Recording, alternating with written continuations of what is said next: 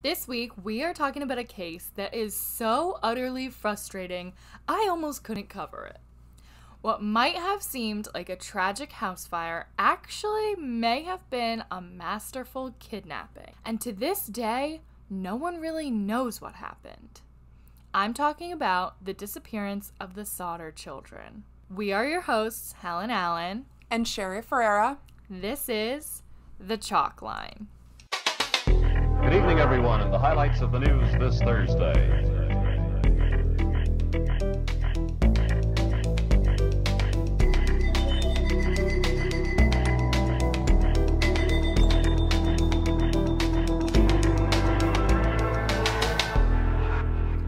So let's just get started and jump right into the family. George and Jenny Sodder are the parents, they are married, and they have 9 children. Work.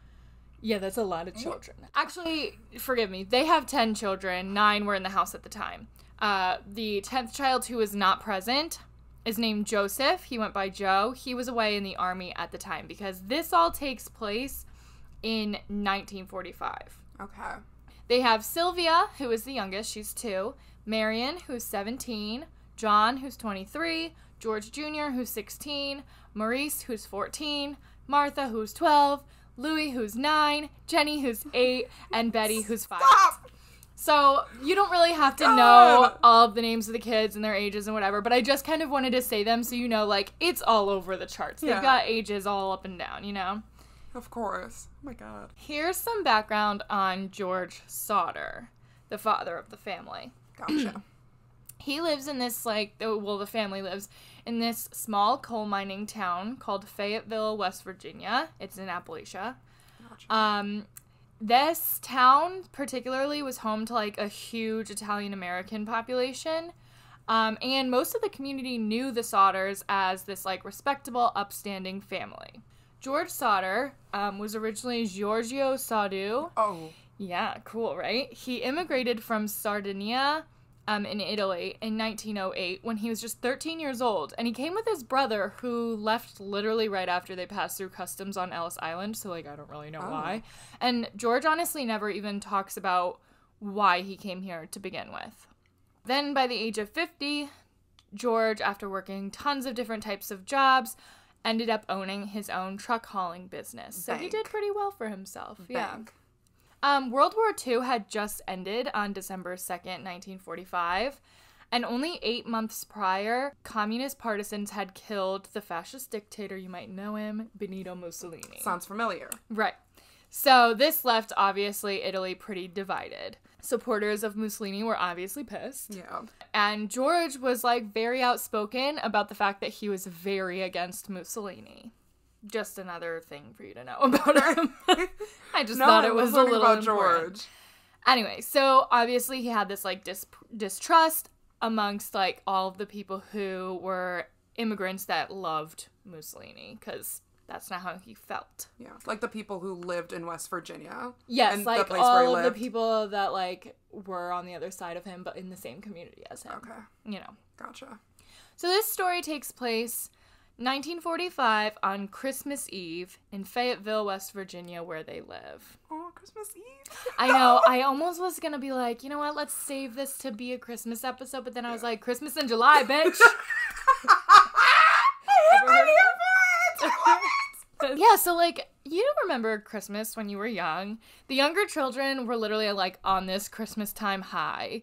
And they were just, so excited. They got some toys from their older sister, and, they were just really excited. So they asked Jenny, their mom, if they could stay up late. And honestly, Jenny has a 2-year-old, so she's like, I don't care what you do. She hasn't 10 kids. She hasn't slept in years.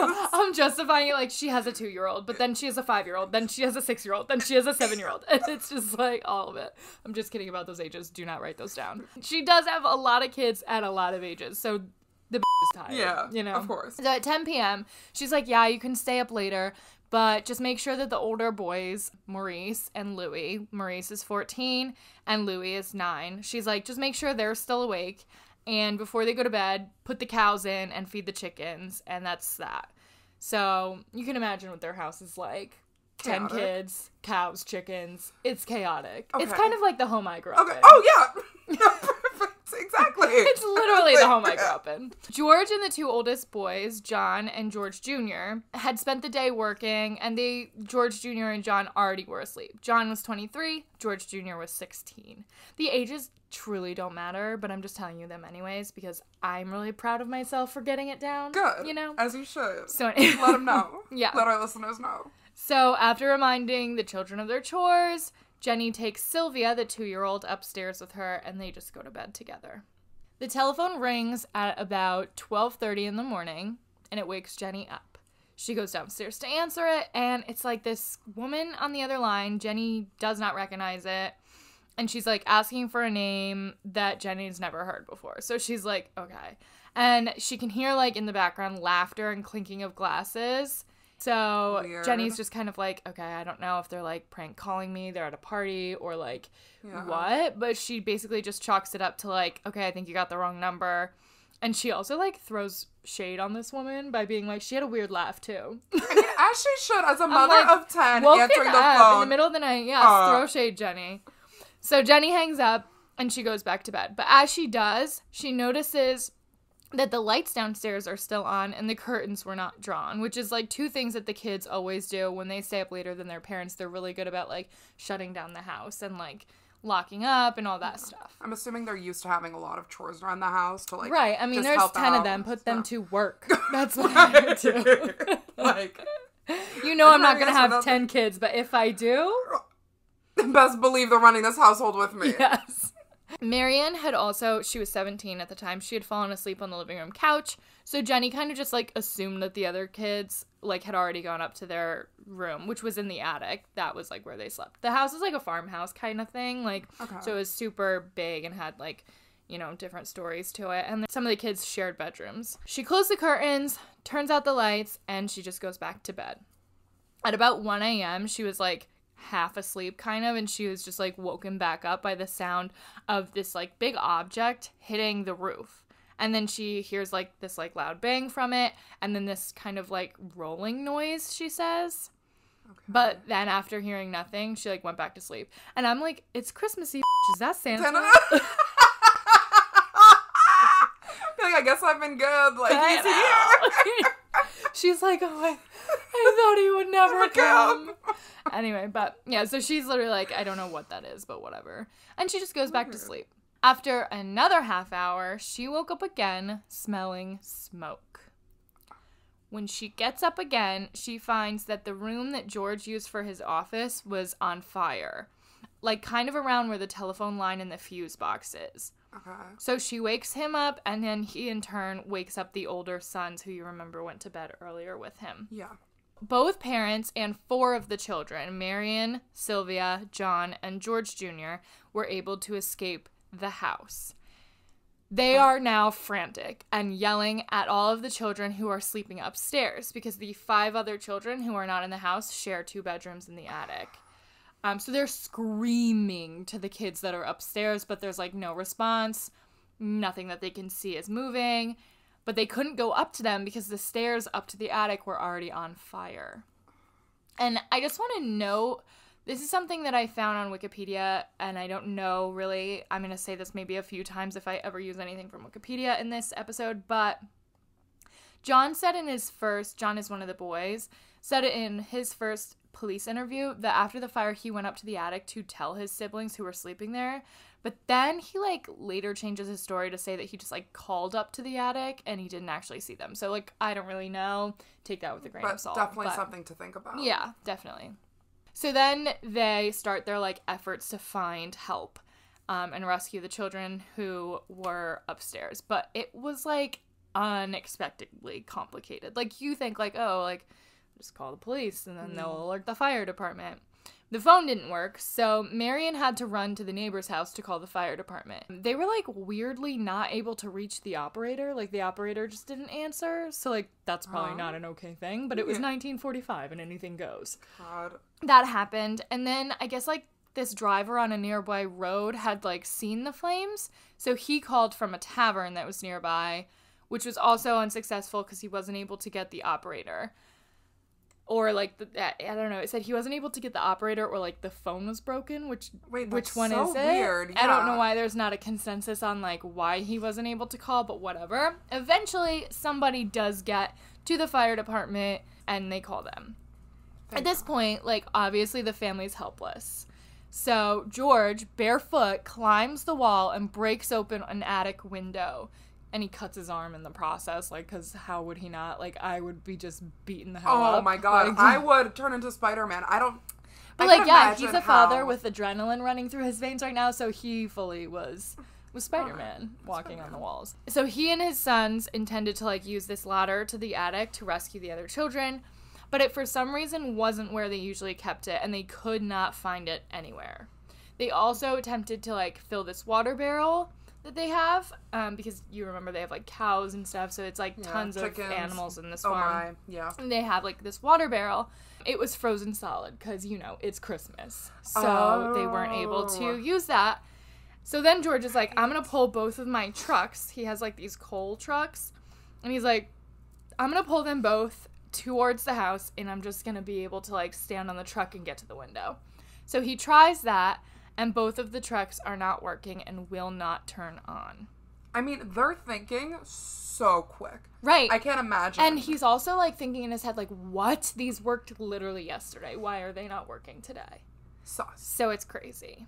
So, frustrated, the members of the Sodder family who did escape obviously had no choice now but to watch the house burn down for 45 minutes with their siblings and children inside. They obviously were to assume that the children died in this fire, because how do you not when you're in the attic and the house is on fire and no one's going to help you?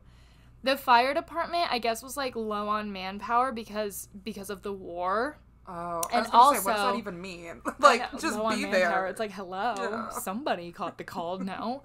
But apparently, because of the war, they were low on manpower, and also, they, like, relied on individual firefighters to call each other. I don't know if this is because it was Christmas Eve, or if it is just poor planning on their behalf. I don't know. But I guess, like, they just didn't play phone tag. Like, I don't even know what it was, honestly. I'm not even gonna make excuses for them, because they didn't show up until 8 a.m. the next morning, which is 7 hours after the fire started. Chief F.J. Morris said the next day that the already slow response was further hampered by his inability to drive the fire truck. He had to, like, wait for someone who could drive who was available. So I am thinking he was probably drunk on Christmas Eve.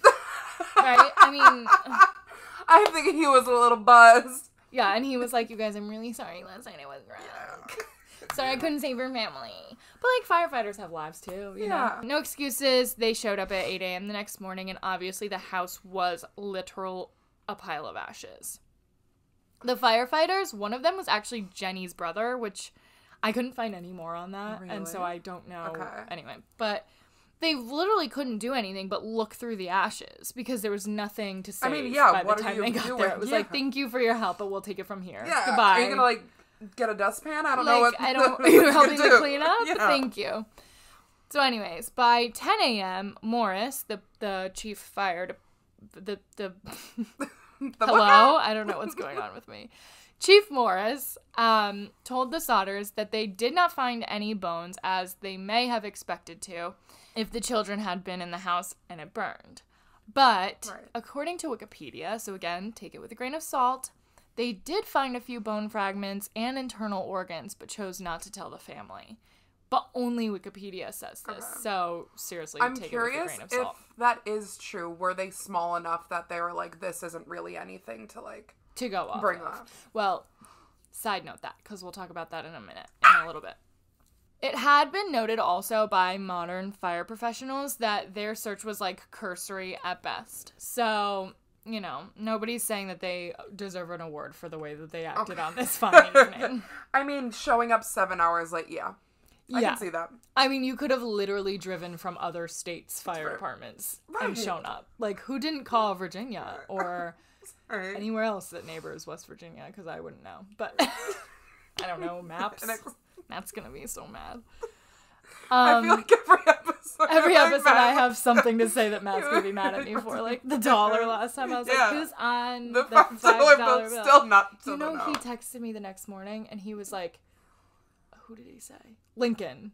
Oh my god! And just I was randomly, like, just a random text that said Lincoln, and I was like, "Hello." And he was like, "It's Lincoln on the $5 bill." Oh and my I was god. like, "Are you mad at me?" Anyway, listen to the last episode if you need this. Actually, 2 episodes ago. Yeah. I don't know. Listen to them all. Why are you just Right. listening to this one and you haven't heard the others? Show some love. Weird move. Anyway. So the fire chief says the children were probably literally cremated, and their skin and bones included.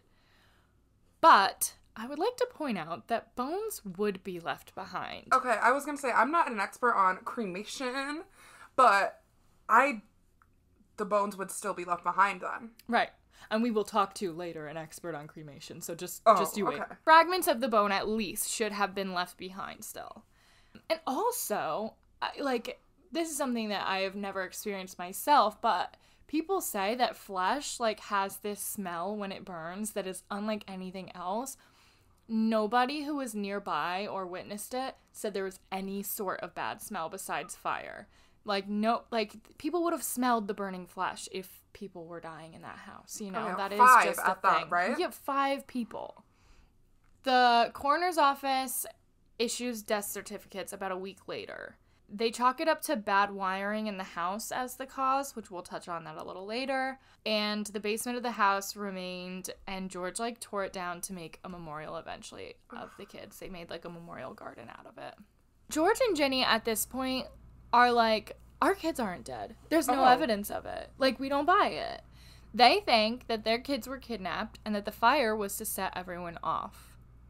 I'll tell you some weird occurrences that kind of made them think this. Okay. In the fall before the fire, an insurance salesman went to the house, and when he realized he wasn't going to be successful in a sale there, he, was pissed and yelled at George, quote, "Your goddamn house is going up in smoke, and your children are going to be destroyed. You're going to pay for the dirty remarks you have been making about Mussolini." So you're telling me they have this man arrested and in jail and in cuffs already? They tracked him down because that's a confession. He did it, I feel He did it. Case closed. That's a little bit... That's really specific to this case. No? Yeah, it's flat out everything about this case. He said he was going to do it, and it sounds like he did it. Mm-hmm. And motive. Because you've been making marks about Mussolini. Yeah, it's wrapped up tight in a bow. Okay. Here's the thing. George is the only guy who witnessed this guy do this. So we have George's word, but where's this guy? Let's find him. Yes, but also we have George's word. And no one else's. That's what makes this difficult, is almost all of the claims you'll see are just coming from the Sodders themselves. There's not too many outside witnesses. In the days before the fire, 2 of the Sodder children saw a man in a car watching the younger Sodder children come home from school on Highway 21. Nothing really was chalked up about this, but they were just noted. Yeah. There was also in the past a man seeking work, and I guess he just wanted to do some kind of handiwork or any kind of yard work or anything like that. And basically he took it upon himself to look around in the back while he was talking to George about doing work, and George was I don't really need anything done. And the kid was I don't know if he was a kid or a man, but he was okay, well, just wandering around back. And he warns George about this pair of fuse boxes that were going to, quote, cause a fire someday. And George was like, no, I literally just had a stove put in, and I had the electric company tell me that the wiring in my house was all safe. So at the time, he just kind of chalked it up as some guy who was annoyed that he didn't get work and was kind of grasping at straws for something to do. Yeah. He didn't really think anything of it. Remember also that the phone rang the night of the fire and Jenny went to answer it? Yeah, with that girl with that weird voice. Yeah. So, and she noted that the lights were still on downstairs. Yeah. So if it were in fact faulty wiring, there would have been no power to the house. And as you can remember, it was Christmas Eve. They had Christmas lights on outside their house that they could literally see as the fire was burning until the fire burned them out. So, oh my god! so what is Doesn't this? sound What is this like false? faulty wiring to me. What is this false narrative that they're trying to push It across? is a false narrative. It really is. I'm pissed. I still don't know what the bang on the roof following by a rolling sound could have been. Maybe it was Santa. He saw the fire and he was like, I am outie. I was like, I'm sorry. I'm on a schedule. Maybe Santa took these kids because he was like, guys, you need me more than I need you. And also a witness to the fire saw a man with a block and tackle, which is like something that can be used to remove engines from cars or like to carry super, super heavy things. But no one really knew anything past that. But maybe that is why George's trucks wouldn't work, if you can remember. So they saw them near the truck. Yeah, kind of near the property with the block and tackle. But also, like, if it were used to remove an engine, my thought is like, well, engines are big now. And engines in 1945 were bigger. Giganormous. So where did he bring the engines? And no one saw him lugging around the engines? I mean, that does make me think, did they have neighbors that were close by that could have seen more? I mean, there are witnesses. I don't know exactly, but, like, there are witnesses to things that happened. So, like, I feel like somebody would have... I mean... One of those have to be true. Like, the middle of, like... There's no neighbors around me, really. Yeah. Not true at all. I live in an apartment. Why did I say that? I think you're thinking of, like, properties. It's okay. Anyway, if I saw somebody lugging around an engine, I feel like I would hear it too. Like, right? Like, anyway. No matter how far you live, unless it's, like, miles away. But, like, if you live just, like, 1 square away from someone, you can hear them lugging around an engine, I feel like, on the street. Right. Or see it, or I don't know. Sylvia also found this, like, hard rubber object in the yard, which they think, like, maybe caused the noise that woke up Jenny, but they don't get more specific on what the rubber object was. And I'm like, rubber woke her up? But what is it? Maybe, I don't know how heavy rubber is, but assuming that it was heavy, maybe it could have been used as a distraction for someone that was inside the house. Yeah, it could have been, like, maybe a team of people working on this. After further inspection from George, he believed that the object was a napalm pineapple bomb, similar to those used in war at the time. But as you can see, this is my issue with this case, and I don't want to throw any shade on George, because he's a grieving father, and I don't know what it was like. But it feels like everything is coming from him. So when I'm looking at this case, I could see why an investigator would be like, I don't know, dude. You're the only one bringing me any facts. Yeah, I mean, they're going to be forced to ask these hard questions, and especially if all this information is coming from one person. And even the children's account of that weird man on the highway, like, the father could have potentially talked to them or been like, have you seen anybody? And then they were like, oh, well, we saw one guy, but it's, like, just some guy in his car. Like, I don't know. So I'm just like... I do want to take this, like, for what it is, that, like, these things are coming from George, or some of them, you know. Yeah. So Jenny, the bad concerned mom that she is, who misses her kids, started burning animal bones to see if it would leave remains. I don't know where she's getting these animals. I don't think they were alive, because every source that talked about it, like, didn't say, like, Jenny became an animal killer. They just said, like, Jenny was doing this. And I'm like, okay, so we're not going to look into it anymore? I don't know. I assume the animals were dead already. Okay. I don't know where she was getting dead animals. That's fine. Anyway, it did leave bones behind. So she spoke to a crematorium expert, a crematorium employee, an expert at cremating. Yeah. And basically they told her that in cremation at 2,000 degrees for 2 hours, there are still bones left behind. The Sodder home only burned for, as you can remember, 45 minutes. So there definitely should have been bones behind. And also, like, some appliances, like that fancy stove they bought, were still there. So you tell me why appliances still were there, but kids weren't. Like, their bones would show.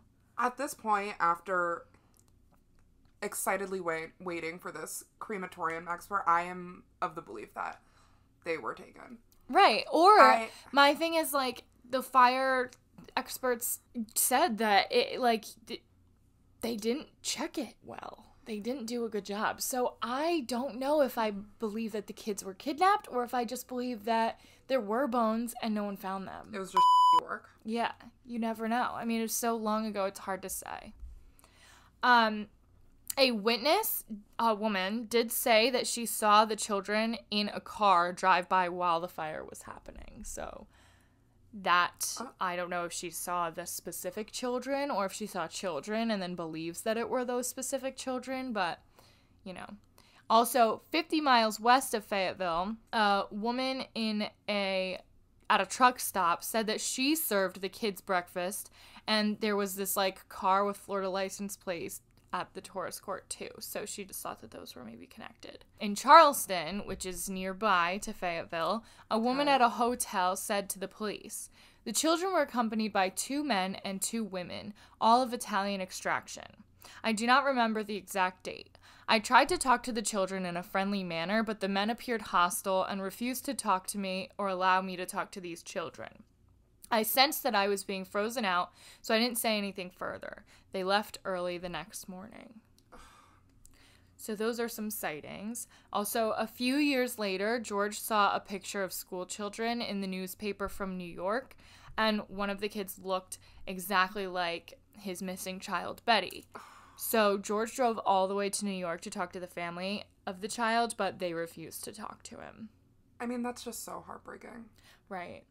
And it's also, like, I was trying to put myself in the shoes of, like, the family and be like, well, why wouldn't they talk to him? But if that daughter of theirs is adopted, maybe they were, like, in fear that he is the parent and, you know, is coming back to, like, wreak havoc or try to get their child back. Who knows, you know? So I understand why someone would refuse to talk to George. And also, he was grieving and probably crazy when he went like, you know what I mean? He wasn't in his right mind at the time. Exactly. So. And also, it's completely up to their discretion. I mean, it's their kid. They feel like they have to keep their kid safe. So I don't know. George and Jenny also tried to involve the FBI in 1947. Oh, they said local police. They did. They were going to the FBI. Okay, you guys aren't going to do anything? Let me see the manager. Right.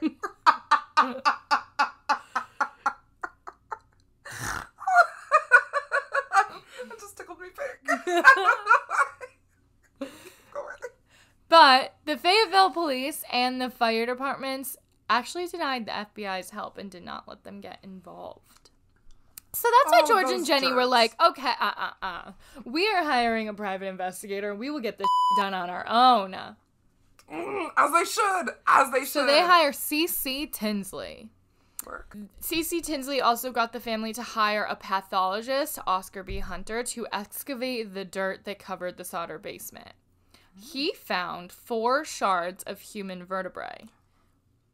So he sends it to the Smithsonian for analysis. Now they're taking seriously. Okay, They're like, we are not playing anymore. Straight to the Smithsonian. Good.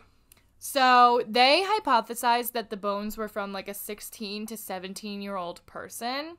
However, the oldest missing Sodder child was a 14-year-old boy, making it improbable. I don't know. I was also considering when I was reading this, like, would a 14-year-old boy be a lot smaller than a 16-year-old boy? Because it's probably a prepubescent boy. So when they're saying 16, 17, it's probably a big difference between a 14-year-old. Do you know what I mean? Boys go through puberty a little later. They're a little bigger by 16, 17. So I don't know. They chalked it up to being improbable. The bones also had no evidence that they had been exposed to fire. So, likely, they think it originated from the dirt that George Sodder used to fill the basement after when they were, like, creating a memorial. Even creepier. Yeah, so I would also like to look into that, but, you know, that's for another case, episode. I guess. It's okay. It's fine. This was all before DNA evidence came into play, but the bones were given back to George, and now they just, like, don't know where they are. They, as in George, doesn't know where he put them? Like... Anybody. Nobody knows where the bones are. So... I hate when this happens. Like, just I know, it's like, hey, pieces those of are evidence. bones. You probably just shouldn't give them to that civilian. Yeah. I mean, right? whether they're his children's bones or not, wouldn't they be best sitting in a lab? Have him come down to the lab. Like, I just don't... What does he need those vertebrae for? Right. Why does he want them? Why did he give them to George? George is grieving. Doesn't even have time to grieve. I don't even get it. So, this is when West Virginia's governor, Okie L. Patterson, calls a hearing in the state capitol building in Charleston, West Virginia. This is like after the Smithsonian released its findings, and he just officially ruled the Sodder children's case as closed. He told George and Jimmy. I'm sorry, I'm so stressed because of everything in this case that I'm like, I don't even know anybody's name anymore. I started off so strong knowing every age. Couldn't tell you one of them now. It's okay. He told George and Jenny that their search was essentially hopeless. So this leads to George and Jenny being pissed. And they set up a billboard on Route 16 advertising their missing children. It stayed there for 40 years. That's a lot of money and like to keep that. Yeah.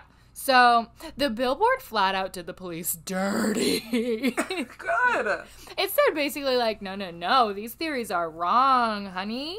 And also it pointed out, like, what do the police even have to gain for all of these years of suffering and injustice? At this point, it's like them not wanting to admit that they are wrong. Yeah, and I don't know what it is. I mean, 40 years of having that up, like, the turnover. It wasn't like a nudge, and the police weren't like, hey, I guess, like, we should just, like, maybe look into this. Exactly. Like, even today, it's like, I feel like we could ask around. Just a little bit. See if anybody saw it. Right. Just, I don't know. Just, like, it doesn't even have to be a full investigation. Just, like, hey, just, you like, saw something? Ask a few questions. Right. Look at a few notebooks. That's fine. So, people around town, here's what they thought. They thought, one, the mafia could have had involvement, the Italian mafia. Okay, I don't know if I watched too many movies, but that's literally where my mind went. Oh my god. But seriously, because they were like, I don't know, like, Mussolini was a very powerful man, and, like, you got somebody in West Virginia. But that's what I'm also like, okay, yes, Mussolini was, like, this powerful man, but this is Appalachia. Okay. Like, are his people from Italy really, like, going out there and, like, I don't know. And honestly, I'm not going to question it because it's the mafia. Right. And we're going to leave it there. What's the next theory? Another theory is the children were sold to an orphanage, which, you know, makes sense if he did see Betty in the newspaper in New York. Right. It would make sense that she was adopted, and that is why the parents didn't want her speaking to him. And we'll never know. And we will never know. Also, a woman sent the family a letter saying that the oldest missing daughter, Martha, was in a convent in St. Louis. Someone in Florida also said that the missing children were living with Jenny's distant relatives. So George investigated all of these, but came up with nothing. I mean, it seems like George is the police station. George is the police station, the fire department. He's everywhere. He has all these all hats. The things. Wears all the hats. He is truly a man of many shades.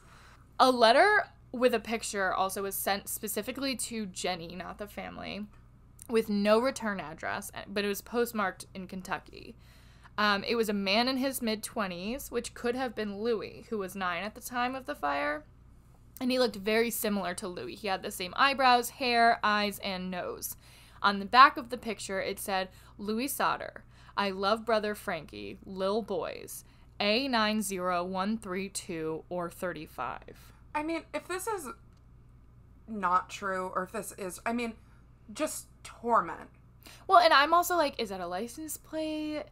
Is that, like, what is that? Is that an address? Like, what is A90132 or 35? And if it is a license plate, it's like, did he just see it quickly and he got away and the other 4 kids were in the car? Or, like, what is that? But that's all I have for you on that. Because they hired a private detective to go to Kentucky and investigate, and the detective was never heard from again.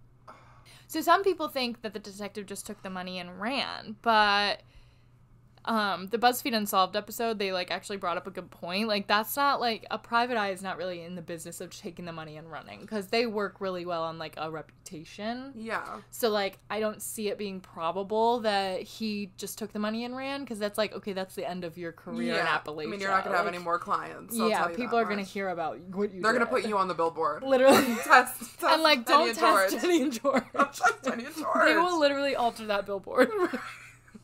And also, we're looking for this guy. This right. Jenny and George have no time. That guy, like, he better not come back. Oh my god. No. And so we don't really know what happened to him. And I don't think to this shaking in his boots. That's what he's doing. Straight up, he's like, I don't really know. But anyway, he's listening to this. Yeah. This guy's been missing for like 100 years, and he's listening to this. Hasn't been 100 years. He's like, first thing on my to-do list on a Thursday morning is catch up on the chalk line. Yeah.